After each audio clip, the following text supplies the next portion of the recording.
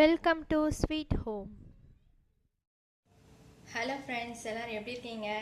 இன்றைக்கி நம்ம வீடியோவில் என்ன பார்க்க போகிறோம்னா, வீட்டிலையே தந்தூரி அடுப்பு இல்லாமல் அவன் இல்லாமல் நான் எப்படி பண்ணலாம், நம்ம தவாலையே நான் எப்படி பண்ணலாம்னு இன்றைக்கி பார்க்க போகிறோம். அதுக்கு தேவையான பொருட்கள் சொல்கிறேன். ஒரு 1.5 கப் மைதா எடுத்திருக்கேன். 1.5 கப்புக்கு 1/2 கப் தயிர் எடுத்திருக்கேன். ஒரு 1/4 ஸ்பூன் நம்ம சோடா உப்பு, 1/4 ஸ்பூன் பேக்கிங் பவுடர், 1/2 ஸ்பூன் உப்பு, 1/2 ஸ்பூன் சுகர், கொஞ்சோண்டு எண்ணெய், மாவு பிசைறதுக்கு தேவையான தண்ணி. வாங்க நம்ம இப்போ எப்படி செய்யலான்னு பார்க்கலாம். நம்ம ஃபஸ்ட்டு மாவு இப்போ எப்படி பிசையலான்னு பார்க்கலாம். மைதா மாவு எடுத்துக்கலாம். மைதா மாவு கூட சோடா உப்பு, பேக்கிங் பவுடர், உப்பு, சுகர் எல்லாம் போட்டு நல்லா கலந்துக்குவோம்.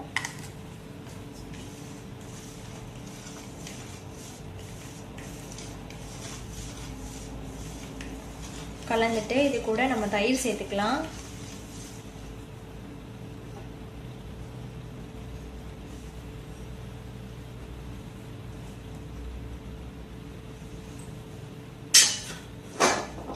தயிர் சேர்த்துட்டு நல்லா கலந்துக்கோங்க. தயிர் கூட நல்லா கலந்தாச்சு மாவு. இப்போ நம்ம தேவையான அளவு தண்ணி கொஞ்சம் கொஞ்சமாக தெளித்து சேர்த்துக்கலாம்.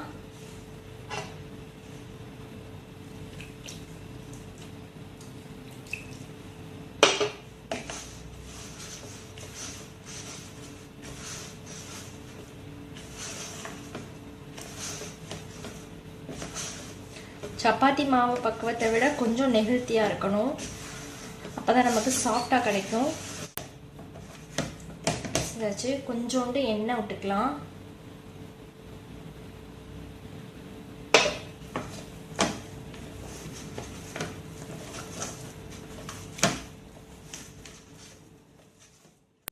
நம்ம நான்கு மாவு ரெடி ஆகிடுச்சு. இதை நம்ம அப்படியே ஒரு 1/2 மணி நேரத்துக்கு மூடி வச்சு ஊற விட்டுருவோம். 1/2 அன் ஹவருக்கு அப்புறமா நம்ம உருண்டை போட்டு உருட்டிக்கலாம்.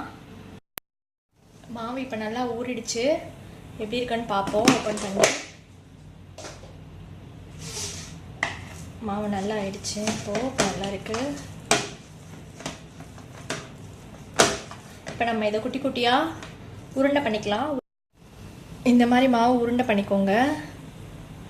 மேலே கொஞ்சம் ட்ரை ஃப்ளாரை போட்டு வச்சுருங்க. காயாமல் இருக்கும், நமக்கு உருட்டுறதுக்கும் ஈஸியாக இருக்கும்.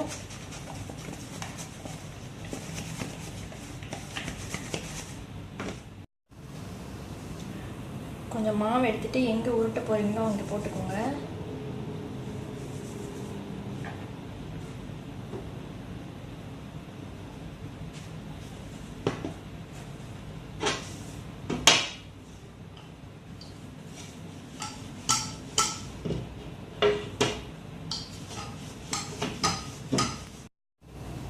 நானும் உருட்டி இந்த மாதிரி ஒரு பிளேட்டில் நான் போட்டு வச்சுருக்கேன்.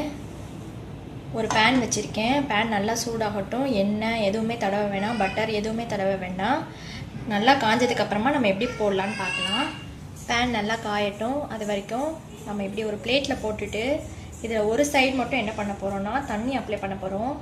ஒரு டம்ளர் தண்ணி வச்சுருக்கேன் நான். தண்ணி எடுத்துகிட்டு ஜஸ்ட் இப்படி ஸ்ப்ரெட் பண்ணி விடுங்க. நீங்கள் கையில் கூட தேய்ச்சிக்கலாம். இது எதுக்கு நம்ம தேய்க்கிறோன்னா, நம்ம தவாவில் போட போகிறோம். தவாவில் போயிட்டு அது நல்லா ஒட்டிக்கணும். நான்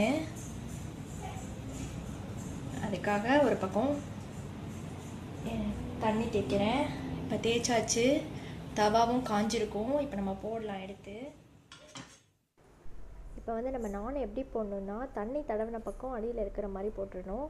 அப்போ தான் அந்த தவாவில் நான் ஒட்டிக்கும். இதுக்கு நீங்கள் இரும்பு சட்டி யூஸ் பண்ணிங்கன்னா நம்ம திருப்பும் போது ஒட்டிக்கிறோம் அப்படியே. இல்லைனா நான்ஸ்டிக்குன்னு வச்சுக்கோங்களேன், நம்ம கீழே விழுந்துடும் மறுபடியும் நான். ஸோ நீங்கள் இதுக்கு இரும்பு சட்டி யூஸ் பண்ணுங்கள். இந்த மாதிரி திருப்பி விட்டு வேக விட்டு எடுத்துக்கோங்க.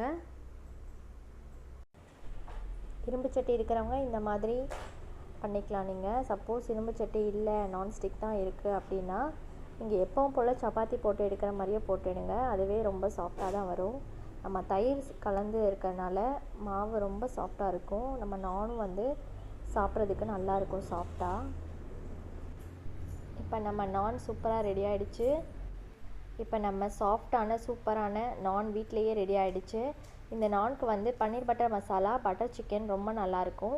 நான் இன்றைக்கி பட்டர் சிக்கன் பண்ணேன் வீட்டில்.